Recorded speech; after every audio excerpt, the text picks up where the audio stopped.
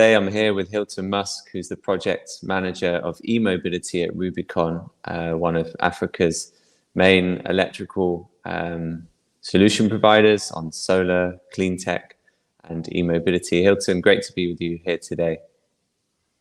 Hi, Ben. Yes, thanks very much for having me. It's a pleasure to be here with you today. So Hilton, we're going to unpack your role at Rubicon and some of the key challenges that you face within that role. But I think firstly, we'll look at the road trip that you did from Cape Town to Johannesburg. What was that like? It seemed like you did that trip in a matter of hours or maybe days, but it certainly seemed quick. Yeah, it was an interesting experience. I'll say that much. It was our first time driving in an EV, which was quite useful to us in understanding the customer experience. The purpose was really to get the car up to Joburg, the Tesla. But what it turned out to be was more of a learning experience for us than anything, and where we got to actually experience what customers would experience at charging stations, what it feels like to have range anxiety. Where we had one experience where we were running short on charge, and we had to drive along the N1 at a snail's pace just to make it to the next charging station. So that was a bit nerve wracking, but it really helped to open our eyes to what EV drivers may experience and how to sort of improve that. And luckily, we arrived with about 7Ks to go just before our next charge. So Wow. it was interesting, but like I said, we learned a lot along the road there Yeah, in terms of how we can improve the experience for EV drivers. which is always good. And did the range anxiety in an EV feel different to a range anxiety in a petrol car? I'm sure you've had those moments where you're almost on red in a petrol car. Were there any differences to how you felt?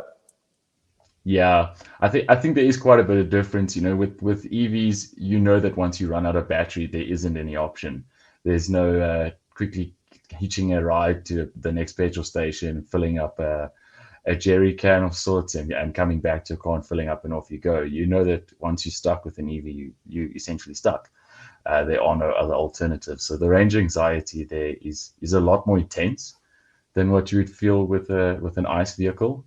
And I think that's why for us it was a little bit funny to experience, because we never knew before just how bad it was. We had always heard about range anxiety coming up in conversation, but we never quite grasped just what it meant. I've proudly run out of battery twice in an electric car. It was I don't know if I should mention the brand, but it was an electric car. It was one of the newer models back in 2017, so it had a range of quoted 400 kilometers, so it was quite a decent range. And we ran out of battery because we were driving through Spain. There wasn't enough infrastructure back then. We got to actually a Tesla charger. Destination chargers were rolled out quite rapidly Mhm. across Europe, and occasionally you could use them with other electric vehicles.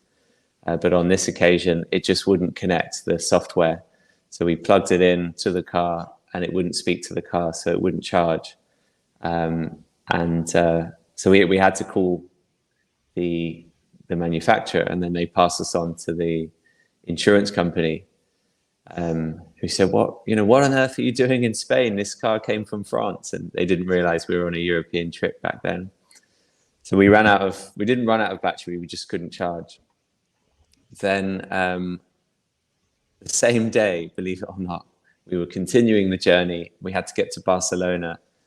And on the way to Barcelona, there's this huge, huge hill. It's just never ending.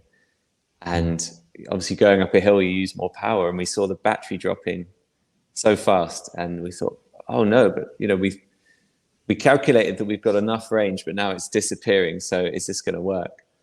And eventually it just ran out of battery. So we had to pull over on the side of the road, called the same company. They couldn't believe that we'd called them again. And it was a Saturday night. So they sent a Spanish roadside cover person over. And I don't think he was very happy. I think he just left the pub. But it was a strange experience, yeah. But I think it happened not because of the car necessarily. It was more, the infrastructure wasn't readily available back then in Spain. Other parts of Europe it was, but Spain has been one of the slow movers in Europe. So I think it highlights the importance of infrastructure, obviously, and it highlights the importance of your role, Hilton, at Rubicon. Yeah, absolutely. I think fortunately I haven't had the honor of having to run out of battery yet. But we did have our experience was somewhat similar to that, given where our infrastructure is at this stage. You know, we're still a bit behind the curve in terms of global infrastructure, and the distance between charging stations at that time, or the compatibility of certain charging infrastructure with certain vehicles. We also had the experience of the Tesla not being compatible with one of the charging stations, and we had to charge on AC and try and get as far as we could, and also underestimating just how much what the car says you can get and what you actually get, real life range versus quoted range, so to speak. Understanding how that works and how the ambient sort of factors, temperature, gradients, all of that actually affect your range in the long run, and how that sort of highlights the need for more infrastructure, and it's really more just a motivation for us than anything. That's a great point, and you've brought back some memories I have of the road trip that we ran in South Africa, called the Electric Vehicle Road Trip Africa. It took place in 2019 from Joburg to Cape Town via Quebec, and it was a 9-day road trip. And we're planning to run it again. It will take place again in February, and we're always asking ourselves, what's the relevance of this kind of event, or any event that we do? And you got to make sure that whatever you're creating and delivering is relevant for the times and the audience. And you've really reminded me of one particular area where I think there's so much relevance for this road trip to happen, and it's that there are still many stakeholders, decision makers, policy makers, people that are taking decisions around policy and business direction and strategy. And many of them still have not experienced what you have experienced and what I've experienced through long distance road trips. Sometimes we feel the need to make that journey smooth for that audience, but actually I think the real life road tripping experience in an EV is so important for these different stakeholders to understand, so they can make more accurate decisions on the infrastructure and the policies and so on and so forth. So that's Absolutely. A great reminder. Yeah, I think going through that, if our experience was smooth sailing, I don't think we would have fully understood just what the worst case scenario could be. And we always need to plan around what the worst case scenario is for an EV driver, to ensure that they have the smoothest experience. And this is always the reason behind it, is always one of the questions that come up when EV drivers are looking to convert from ICE to EV is what is the experience like? What can I get from Joburg to Cape Town is often a question that comes up. And I think going through that, understanding that, and understanding the level of sort of planning that goes into it. We did another trip back down to Cape Town and back up the second time around. And having done the first one and experienced what we did the first time around, it really helped us understand how to go about driving, and it changes the entire experience that you have. So absolutely, I think for like policymakers and some of the OEMs to experience that it really opens your eyes as to what the customer is going to experience at the end of the day. Agreed, 100%. Right, let's jump into how we're going to make that happen. The products that Rubicon offers, we won't go into too much detail there, because I think that seems like the easiest part of your job has been to source the products, to pull those products together, because there are so many good solutions around the world, and Rubicon obviously has incredibly strong partnerships and suppliers, from what I gather from my discussions with some of your team over the years. So give us a quick overview of the products you have on offer for customers. But where we'll spend the time now is really looking at the challenge of rolling those products out across South Africa. Yeah, sure.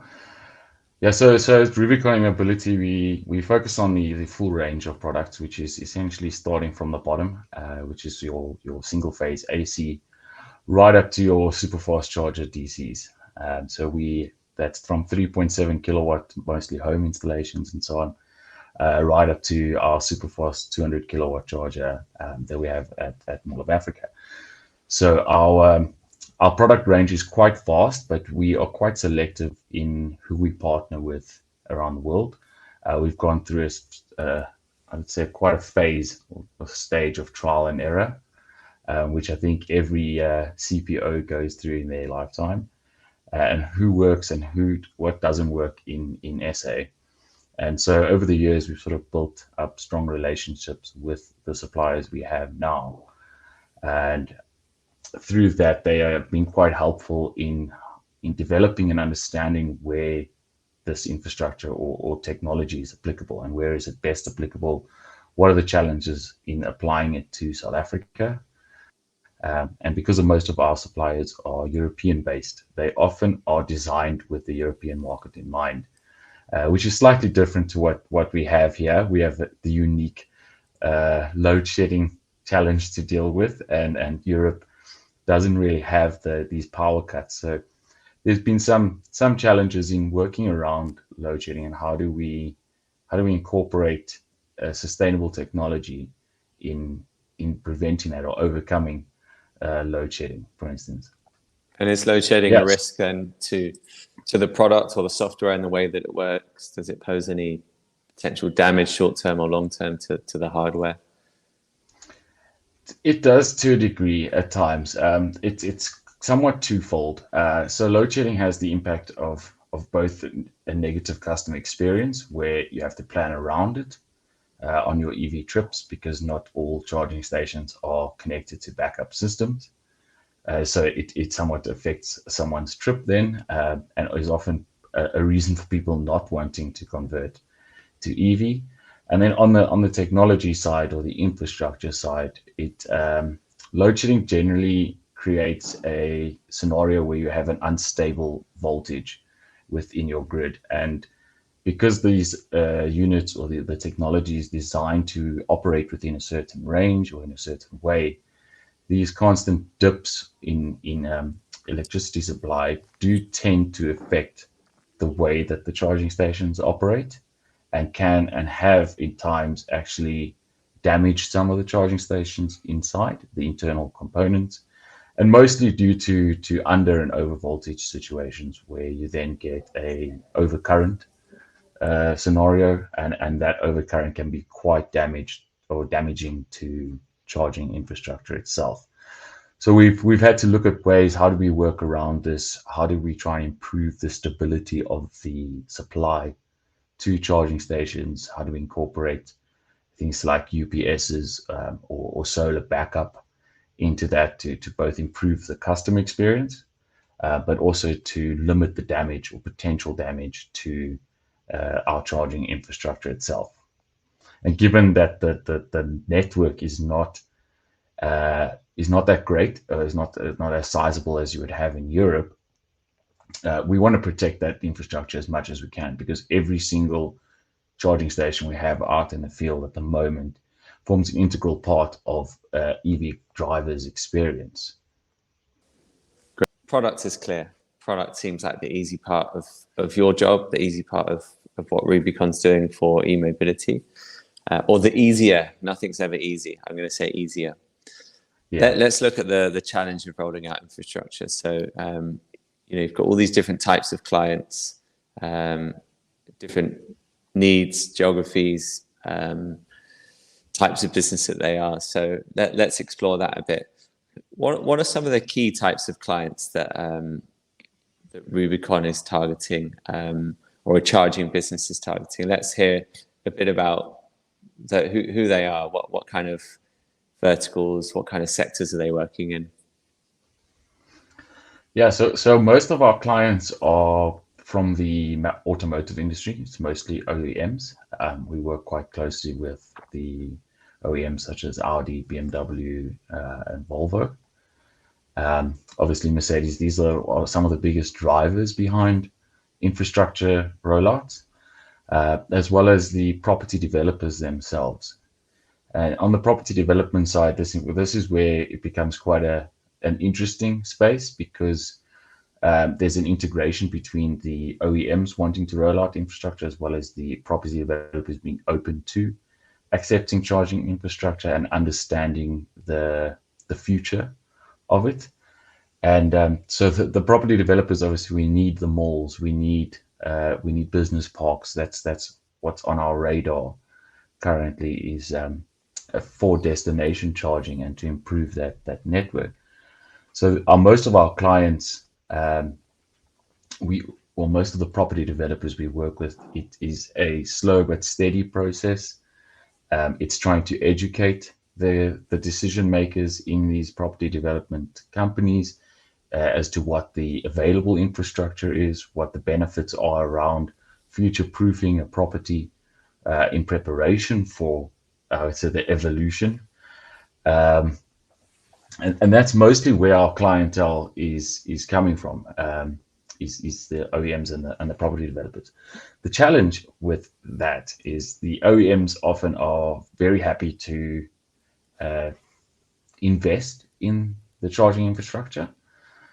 The other side is the available capacity for charging infrastructure. So I think it's well known that our grid is quite constrained at this stage, and not just the grid, but the transmission and available power at certain sites is quite constrained. And to really build out a good network, you need to be able to cover all your bases in terms of geography.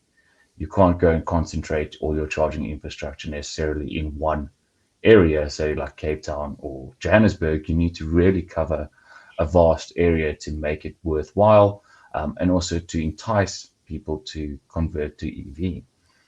This is often one of the questions that comes up: can I drive from Joburg to Cape Town or Durban to Cape Town? And that's why it's quite necessary to really cover a vast area. But the challenge around that is actually finding sites that, one, are open to it and understand that this is the future. And that sometimes takes a bit of time to educate them and have a few meetings with them. And then the other side is, do they actually have available power for this? So mostly on the DC side of charging infrastructure is where this comes in, because everyone, as an EV driver, you want to get as close to assimilating what an ICE vehicle does now, where it's quick to fill up. That's why, like, for instance, Tesla superchargers would become so popular in Europe, is because they give you the most capacity in the shortest amount of time, reducing the charge time in essence. But getting that and getting locations that are both suitable and safe for EV drivers and have the available power on site, that's where the challenges really come in, is finding sites that are suitable in that sense. Yeah. And once you have some corporates that have come into the play, corporate institutions, okay, that are slowly but surely looking at providing charging stations for their employees at some of their office parks, which is really nice to see, because I think it's a good indication of the public relation, or the PR that's being done out there in changing people's mind, making people aware that this EV revolution is coming. That's an interesting point. I think the average for charging around the world is something like 90% of charging is done at home or at the office. Do you see any similar stats from South Africa at this point in time? I think the majority, it's probably a bit of a more even split at this stage. I believe that a lot of charging does still happen at home, and that's where we're still going to see the majority of charging. About 80% will still happen at home.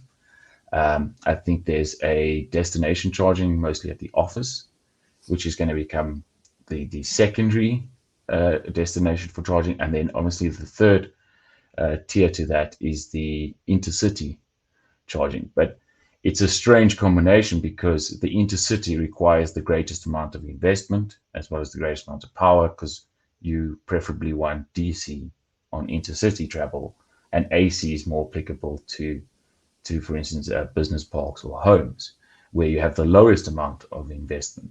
So it's a bit of a trade-off in getting the most or your most bang for buck. And where do you place your investment? Do you place it in inner city or intercity travel? And that's the challenge, is finding out, is really balancing out the feasibility of those two.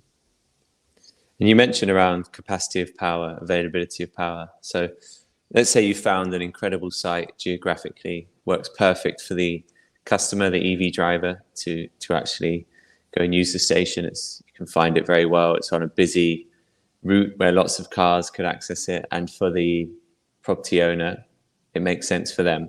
But there's an issue with power availability.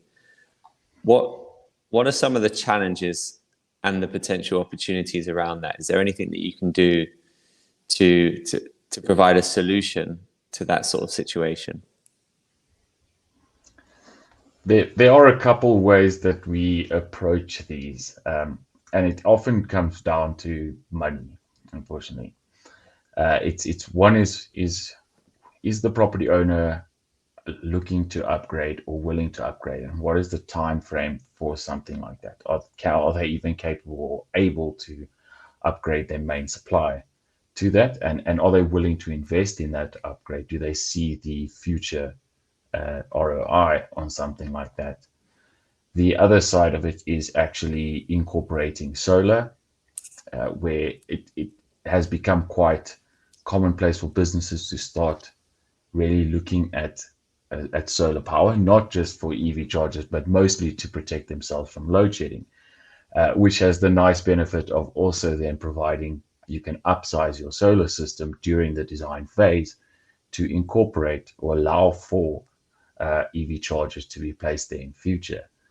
And the third leg of that is to incorporate battery storage. And battery storage, there is a development in place now with charging stations actually having built-in battery storage, which will then require a lower grid intake. Instead of having, for instance, a 200 kilowatt charger might require a 200 or 300 amp connection, whereas with the battery storage, you require a 63 amp connection.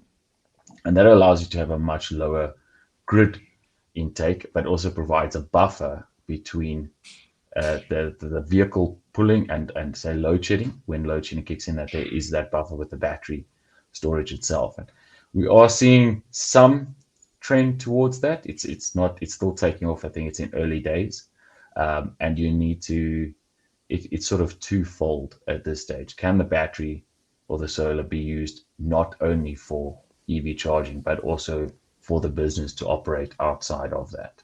And that's really the only options we have at this stage, is either upgrade the grid, get solar, or put batteries. And looking at the economics then behind this, so let's look at it purely in these different use cases to start with, just briefly. So seems like technology-wise, the solution is pretty straightforward. You could add some storage, or you could add some solar, or if you really wanted to, you could upgrade the capacity of the grid at that point. So tech seems to be straightforward. What are some of the economic, or say the cost implications here? And do those cost implications reduce the payback and return on investment so much that it would become not feasible for a business who wanted to do it purely based on financials?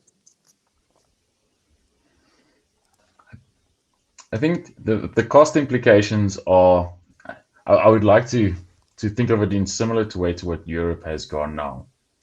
In Europe, and this is a trend that I think South Africa will follow on quite soon. So EV charging in Europe obviously comes at a different tariff. I know in Germany, for instance, you might pay over 10 Rand a kilowatt hour for AC, and up to maybe 20 Rand a kilowatt hour for some DCs, depending where you're charging. And I think the cost implications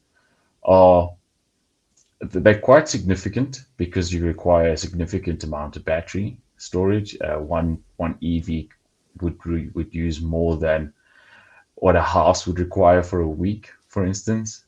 So there is quite an upfront capex that goes into that. And the unfortunate part is that will most likely be transferred to the end customer to improve the ROI. And so that means not only not only putting the capex in to actually do this and having the available space to install such a thing, but having a property owner or property developer that has the foresight and is willing to put in the capex for that. And we often go in partnerships with them on such things. But then also having the system, the actual e-mobility ecosystem being developed in such a way that this cost, as far as possible, does not get transferred to the end customer, or deferred at least for a time being, because obviously the more expensive it becomes to charge a vehicle, and it reaches that point where EV becomes more expensive to operate than ICE, that becomes a hindrance for people to convert. At the moment, it's one of the reasons why people convert to EVs is the cost of it. It's cheaper to operate at this stage, in conjunction with it being a more sustainable technology as well. So we try and defer away and invest, look at like joint ventures and do a joint investment into battery tech, to avoid any sort of cost being transferred to the end customer.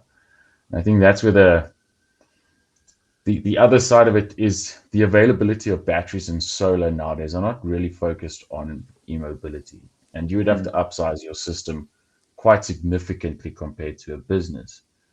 And in that sense, many business owners or property developers or property owners may not necessarily see the benefit right now, given the stage of where the EV market is at, with the amount of EVs we have on the road. It is sometimes difficult to really put a number to it and how quickly that ROI will come, because we're in the early stage of EV adoption in South Africa, and it is going to become exponential, but you can't really put a number or predict exactly when that's going to happen, and when we're going to start seeing that exponential growth. Although we do see it, it's still in early stages. Explaining that and incorporating that into an ROI calculation does become a little challenging. And that's a great point. Often find an obstacle from property owners. So you as a business require some more certainty of the growth potential to be able to communicate that with your potential clients, so that they can also take some serious investment decisions and some project implementation decisions. So you need to know a bit more what policies are coming up and how do the growth of EVs look in the country. Oh, absolutely. And has there been anything in the last year or so that has helped you in building some of your forecasting models to better anticipate what the growth of EV demand might be at the moment? Have there been any factors, any changes in policy or the investment community that is giving more or less hope around some of the growth figures you might be looking at? I think in the EV space, obviously policy surety is one of the major drivers. That's often what the decision makers would look at when we are motivating the growth behind it. And at the moment, the policy unsurety or uncertainty, and the speed with which policy is being finalized has become a hindrance. I think the biggest thing for us that is the show of growth is really the numbers behind sales, as well as some of the great work that say Uyilo and NAMSA have been doing in really creating, and yourselves, in creating awareness behind the EV field, and how many models are entering the space, how many OEMs are investing into this, where you've got, say, for instance, BMW investing to do the iX3. As these decision makers start to see that the OEMs are investing into this, and when other private institutions like ourselves are investing in this, it's generally, there was a term that someone used recently, that investors are they're like crowds, or they're like a herd. Once you get one going, more and more get confidence that the decision they make is the correct one. I think those are really the drivers at this stage behind predicting where the EV market or the growth of the EV market is heading. Not really much on a policy side, I would say. That's still been a little slow at this stage. It's more been about action and the numbers and the adoption at this rate or at this stage that has been a motivating factor behind that. Talking of action, there's a few fleets that have made their steps into converting their vehicles or transitioning their vehicles from internal combustion engine to electric vehicles. So just two that spring to mind that I'm aware of are Woolworths and FedEx. That Woolworths, I think, is up to around 50 of their vans going electric now. FedEx is in the early stages within South Africa. What does that do to your business outlook? And are there any other fleets that you're aware of that are going electric today? I think for us, I think every time we hear this, we're just over the moon to hear that people are adopting, especially the corporates in that sense, are changing their fleets over to electric. And I think it's for us, it just means that the adoption is not just happening on a private level. It's now happening on a corporate fleet level. And that is really a positive. And it actually really helps. That's one of the factors that I would say also helps in motivating the property owners or the corporates to understand that this is happening and that there is investment, significant investment being put into this. Our friends at Everelectric, I think, have done a very great job at converting people over to that.